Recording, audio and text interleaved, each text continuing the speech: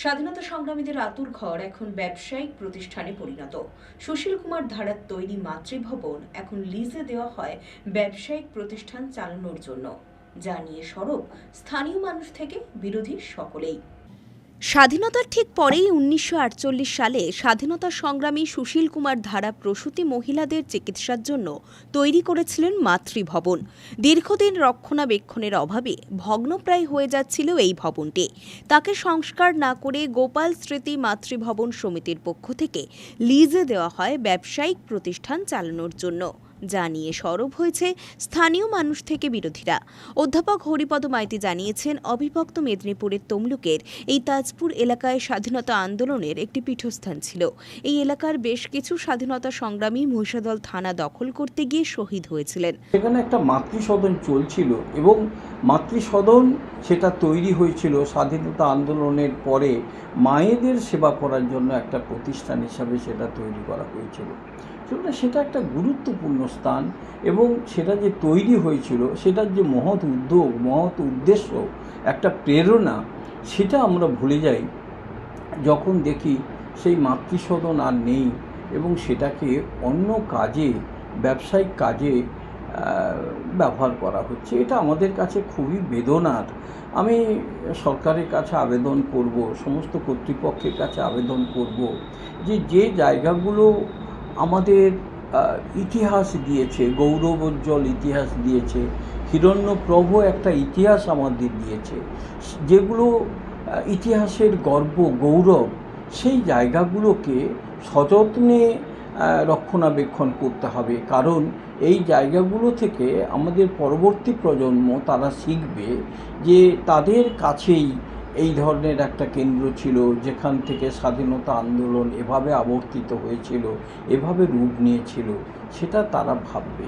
সুতরাং ভবিষ্যতের জন্য, ভবিষ্যতের প্রজন্মকে শিক্ষিত করার জন্য, তাদের সচেতন করার জন্য, তাদের দেশপ্রেমে উদ্বোধিত করার জন্য এই সব কেন্দ্রগুলিকে অবশ্যই একটা কেন্দ্র হিসাবে বজায় রাখতে হবে। সেখানে কোনো রকম এই সমস্ত ব্যবসায়িক কেন্দ্র করা ঠিক সমীচীন না। অন্যদিকে বিজেপির রাজ্য কমিটির সদস্য তপন ব্যানার্জি জানিয়েছেন, তৃণমূল সরকার স্বাধীনতা সংগ্রামীদের ইতিহাস মুছে ফেলতে চায়। মহিষাদলের স্বাধীনতা সংগ্রামীদের ইতিহাস যাতে জানতে না পারে, সেই জন্য এই সরকার সেই সমস্ত স্মৃতি মুছে ফেলতে চাইছে। দেখুন, মহিষাদলের ঐতিহ্যমণ্ডিত গোপাল মাতৃস্মৃতি ভবন সুশীল কুমার ধারা তিনি প্রতিষ্ঠা করেছিলেন। এই মাতৃভবন এখন তৃণমূল ভবনে পরিণত হয়েছে। এই মাতৃভবন যারা পরিচালিত করছে তাদের দৃষ্টিভঙ্গি অত্যন্ত খারাপ।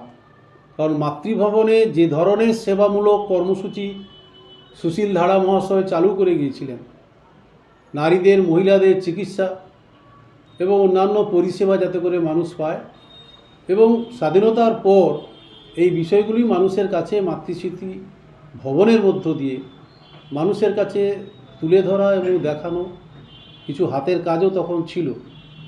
এখন সেটাকে আমূল পরিবর্তন করে আমোদ প্রমোদের জায়গা, বিয়ে বাড়ি, অনুষ্ঠান বাড়ি, এই সমস্ত কালচারের জায়গাতে নিয়ে এসেছে, যা কিনা কোনো মতেই এই কাজ উচিত হয়নি। একটা ঠাকুর রেখেছে, কালী ঠাকুরের মূর্তি রেখেছেন, এছাড়া ভেতরে কোনো কিছু নেই। আর সব বিয়ে বাড়ি হয়, অনুষ্ঠান বাড়ি হয়, বেলাল্লাপনা হয়। এখানে হচ্ছে যে দর্শনীয় স্থান বলে মানুষকে দেখানো হয়, কিন্তু আলটিমেট ভিতরে কিছুই নেই। এই অবস্থার পরিবর্তন হওয়া উচিত। এবং এখানে তো মহিষাদলের বিশেষ করে ওই এলাকার, মানে এই বিধানসভা এলাকার বিধায়ক আছে, তার সামনেই তো এই সমস্ত ঘটনাগুলো ঘটছে। তো এই ঘটনা, এগুলো হচ্ছে বন্ধ হওয়া উচিত। ঐতিহাসিক গোপাল মাতৃস্মৃতি ভবন যাতে তৃণমূল ভবনের না থাকে, তার পরিবর্তন হওয়া উচিত বলে আমি মনে করি। অপরদিকে মহিষাদলের বিধায়ক তিলক কুমার চক্রবর্তী জানিয়েছেন, মানুষের উন্নয়নের সাথে সাথে সবকিছুরই পরিবর্তন হয়েছে। আগে এলাকায় দুষ্কৃতীদের আড্ডা ছিল, সংস্কার হয়েছে, আলোকিত হয়েছে এলাকা। স্বাধীনতা সংগ্রামীদের কিভাবে সম্মান জানাতে হয় তা বিজেপির কাছ থেকে শিখতে হবে না। মানুষের উন্নয়নের সাথে সাথে সমস্ত কিছুর পরিবর্তন ঘটছে। ওখানে মাতৃসদনটা ওটা দুষ্কৃতীদের আড্ডা ছিল এর আগে। সংস্কার হয়েছে, আলোকিত হয়েছে জায়গাটা। কিছুটা জায়গা ওখানে বিয়ে বা বিভিন্ন জন্মদিন বা অন্যান্য অনুষ্ঠানের জন্য ব্যবহৃত হচ্ছে। আরও বেশ কিছুটা জায়গা রয়েছে। আমরা ইতিমধ্যে পিএসসি অর্থাৎ ওখানে যাতে পাবলিক পিএসসি স্বাস্থ্যকেন্দ্র গড়ে ওঠে তার জন্য প্রপোজাল পাঠিয়েছে, এটা অনুমোদন হয়ে গেছে। ওখানে আমরা পিএসসি খুব তাড়াতাড়ি করব এবং ওইখানে আমরা বৃদ্ধাবাস করারও একটা পরিকল্পনা আছে, তার যথোপযুক্ত জায়গাও আছে। কিন্তু যে বা যারা কমিটির আছে তারা পরিচালনা করছে, তারা হয়তো দেখেছে ওই জায়গাটা পড়ে পড়ে নষ্ট হচ্ছে, তার মধ্যে করেছে। কিন্তু আমরা স্বাধীনতা আন্দোলনে বিশেষ করে যে সমস্ত বটবৃক্ষ আমাদের সর্বাধিনায়ক সতীশচন্দ্র সামন্ত মহোদয়, বিপ্লবী সুশীল কুমার ধারা মহোদয়, তার যত চিহ্ন অর্থাৎ যা প্রতিষ্ঠান আছে সমস্ত প্রতিষ্ঠানগুলোকে আমরা আমাদের সময়ে সেগুলোকে কিন্তু প্রত্যেকটা ক্ষেত্রে আমরা লক্ষ্য নজর রাখা, তার উন্নতি সাধন করিয়েছি। আজকে প্রজ্ঞানন্দ স্মৃতি রক্ষা সমিতির উন্নতি সাধন ঘটেছে, আমূল পরিবর্তন ঘটেছে।